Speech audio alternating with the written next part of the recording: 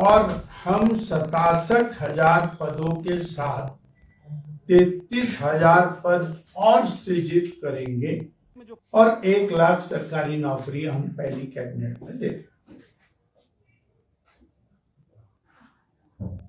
4 साल हो गए। 4 साल में वो 58 साल वाली पक्की पेंशन वाली नौकरी के नाम के ऊपर तो अभी तक केवल धोखा ही है, परंतु अब उसके अंदर एक अलग मोड़ आया और माननीय उच्च न्यायालय ने सरकारी अधिकारियों को कॉल फॉर किया और 1 लाख सरकारी पद रिक्त होने की बात ये आई है। और ये बात जो 2022 में इन्होंने कहा था 67,000 पद रिक्त हैं, उसको मैच कर 40-50 हजार रिटायर भी हो गए होंगे। अर्थात पिछले 4 साल में लगभग 40,000 पद और खाली हो गए हैं हिमाचल प्रदेश में। और विभाग अब ठेके पर चल रहे हैं और वो जो बेरोजगार युवक है वो आज अपने आप को असहाय महसूस कर रहा है, वो आक्रोशित है, उद्वेलित है और अब वो सड़कों के ऊपर उतर रहा है निरंतर। ये जो बेरोजगार युवक है उसके साथ जिस प्रकार का भद्दा मजाक वो हुआ है वो ना भूतो ना भविष्यति, और इसको लेकर के हिमाचल प्रदेश का जो बेरोजगार है वो और कड़ी चोट पहुंचाने की तैयारी कांग्रेस पार्टी को कर रहा है। जो हमारे हिमाचल प्रदेश का सामान्य समाज, गरीब समाज, हैंड टू माउथ, उस समाज के ऊपर वर्तमान सुखविंदर सिंह सुक्खू जी की सरकार ने लगातार और बोझ बढ़ाया है। चाहिए तो ये था कि उसकी आमदनी बढ़ाते, उसका खर्चा कम करते। आमदनी बढ़ाने का तो कोई काम किया नहीं, पर उसका खर्चा बढ़ाने का बहुत बड़ा काम। अभी हाल फिलहाल में और पेट्रोल और डीजल के ऊपर एक सेस लगा 60 पैसे। उससे पहले डीजल के ऊपर 7 रुपया वैट लगा। वैट और सेस मिलाकर के ये एक बहुत बड़ा अमाउंट बनता है जो प्रतिदिन सामान्य व्यक्ति की जेब से निकालने का काम चला है। एक अनुमान के अनुसार पिछले 3.25 साल के अंदर कांग्रेस की वर्तमान सरकार ने सामान्य व्यक्ति की जेब में से डीजल और पेट्रोल के दाम बढ़ाकर लगभग 6,000 करोड़ रुपया निकाल लिया है। अब वो 6,000 करोड़ निकाल लिया और उसके बाद और दाम बढ़ा दिए। अब ये सरकार सिर्फ डीजल और पेट्रोल पर नहीं रुकी, सीमेंट के ऊपर भारी भरकम टैक्स प्रदेश की सरकार ने लगाया और जहां सबसे ज्यादा सीमेंट बनता है वहां पर सीमेंट 100 रुपया महंगा है पड़ोसी राज्यों से। ये आम आदमी, गरीब आदमी, सामान्य व्यक्ति जो एक कमरा भी बनाता है उसके लिए भी ये भारी भरकम टैक्स है। एक विद्यार्थी जब कहीं पर फॉर्म अप्लाई करता है तो उसको कोई स्टाम्प लगाना पड़ता है, हर समय बहुत सारे कागजात लेने पड़ते हैं और स्टाम्प ड्यूटी को 500% तक बढ़ा करके उस गरीब के ऊपर बोझ। और अभी तो पिछले महीने प्रदेश की सरकार ने एक ऐसा फरमान जारी किया कि राशन डिपो पर जो राशन मिलता है, यदि इस महीने राशन नहीं आया तो अगले महीने वो राशन नहीं मिलेगा, जो अगले महीने आएगा वही मिलेगा, नहीं तो 2 या 3 महीने का क्लब करके मिल जाता था। और राशन के दाम में भारी भरकम बढ़ोतरी की गई। दालों के दाम दुगने हो गए, तेल के दाम दुगने से ज्यादा हो गए, चावल और आटा उसके दाम में भी भारी भरकम बढ़ोतरी है, 60% की बढ़ोतरी उसके दाम हो। ये जो गरीब आदमी है उसके जीवन के साथ जुड़ी हुई चीज है रोजमर्रा की ट्रांसपोर्ट। एचआरटीसी के किराए में भारी भरकम इजाफा हुआ है। अगर कोई व्यक्ति प्रतिदिन 30 रुपया खर्च करके आना जाना करता था, उसको 100 रुपया प्रतिदिन आना जाना पड़ता है। और सैकड़ों रूट बंद कर दिए हैं जहां पर उसको लिफ्ट लेकर के, टैक्सियां लेकर के जाना पड़ता है। यानी वो जो सामान्य समाज है उसके ऊपर भारी भरकम टैक्स का बोझ। कहां तो बिजली के दाम कम होने थे, कहां तो बिजली फ्री मिलनी थी। अब वो बिजली फ्री मिलना तो दूर की कौड़ी है, बिजली की सब्सिडी समाप्त हो गई।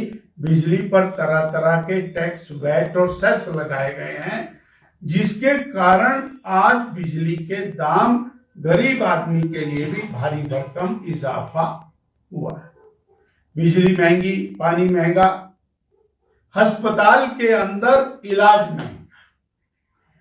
हर अस्पताल में पिछले 3.25 साल के अंदर टेस्टों के दाम बढ़ा दिए हैं, जाते समय पर्ची का पैसा लगता है। इन्वेस्टिगेशंस मेजॉरिटी बाहर करानी पड़ती है, दवाइयां उपलब्ध नहीं।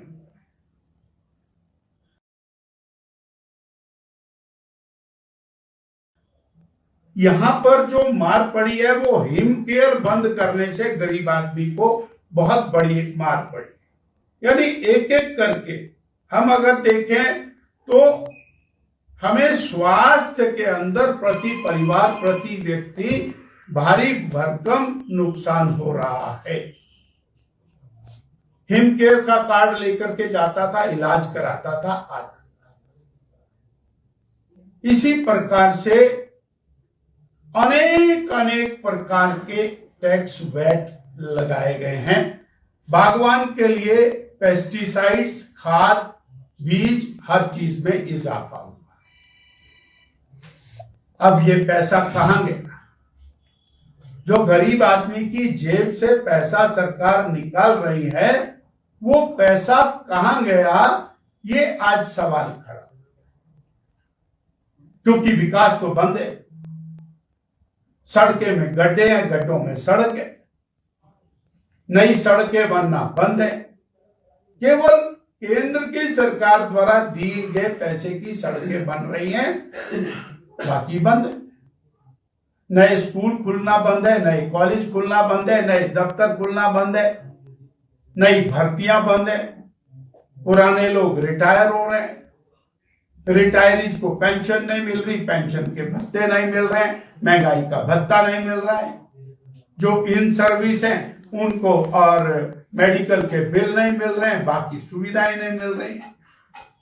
आप वो पैसा खर्च का, ये आज हिमाचल प्रदेश के आम आदमी की जुबान के ऊपर है।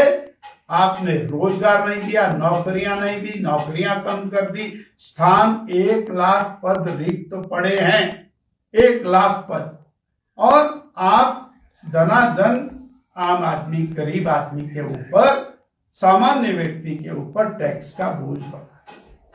यही नहीं रुकी है सरकार।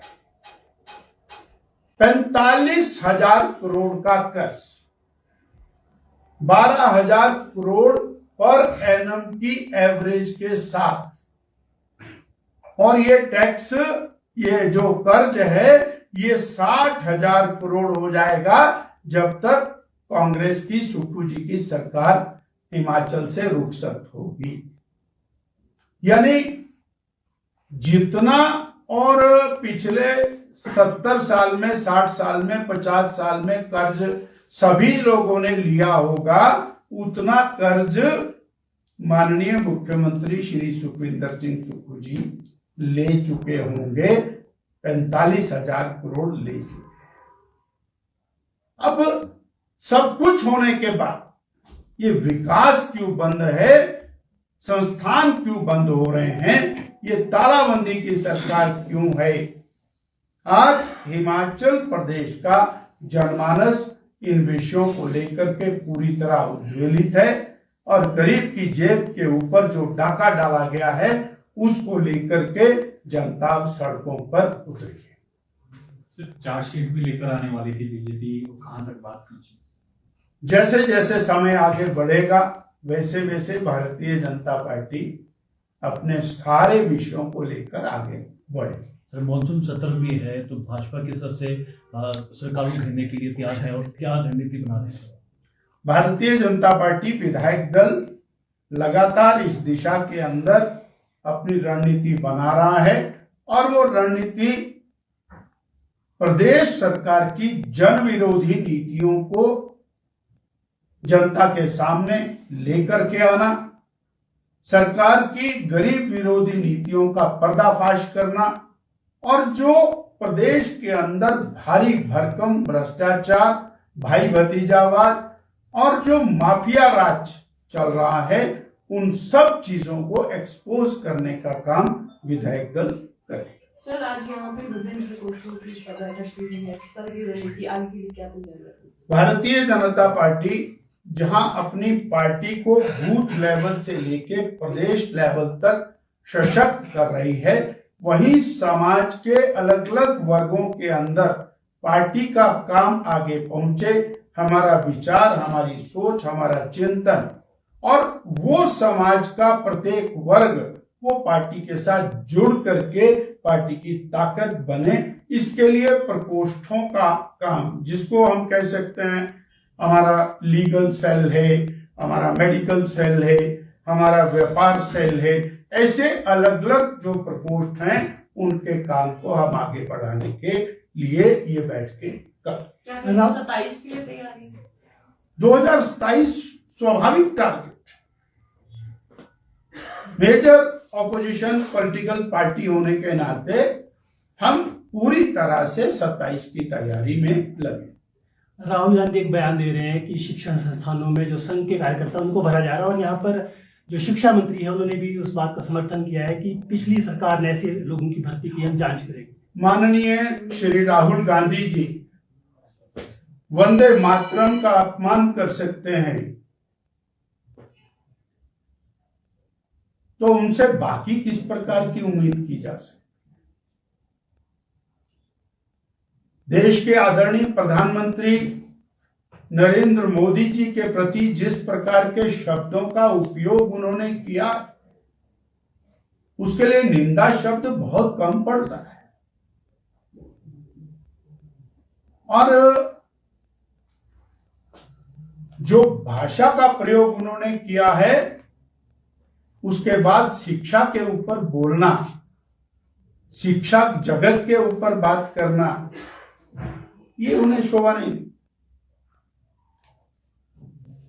सर, जिस तरह से मुख्यमंत्री आप कह रहे हैं कि बहुत सारी चीजें हैं जो जनता से वादा किया था पूरा नहीं हुआ, लेकिन एक चीज जो मुख्यमंत्री अपने एक अचीवमेंट की तरह बताते हैं कि हिमाचल में यहाँ पर जब से कांग्रेस की सरकार है एक भी पेपर लीक नहीं हुआ है, जबकि जो भी इस तरह के राज्य पेपर हुए ही नहीं तो लीक कहां से होंगे? 3-3, 4-4 साल से विद्यार्थी लाइब्रेरियों में बैठे हुए पेपरों की तैयारी कर रहे हैं और पेपर ही नहीं हो रहे हैं, लीक कहां से होगा? अब बैकडोर एंट्रियां कर रहे हैं। हमारे एक मंत्री जी हैं, उन्होंने तो मीडिया के सामने स्टेटमेंट दी कि मैंने 700 लोग भर्ती कर लिए हैं। अब वो 700 लोग में से एक भी व्यक्ति ऐसा नहीं है जिसका कोई इंटरव्यू हुआ, रिटर्न हुआ, कोई एग्जाम हुआ। तो ऐसे कितने लोग और कहां कहां से लगाए जा रहे हैं। पेपर होगा तो लीक होगा ना, जब पेपर ही नहीं लिया है तो उनका टेस्ट कहाँ हुआ। जी, सर इसके अलावा जो सीजेपी है उन्होंने जहां से धन्यवाद, सरकार काफी है।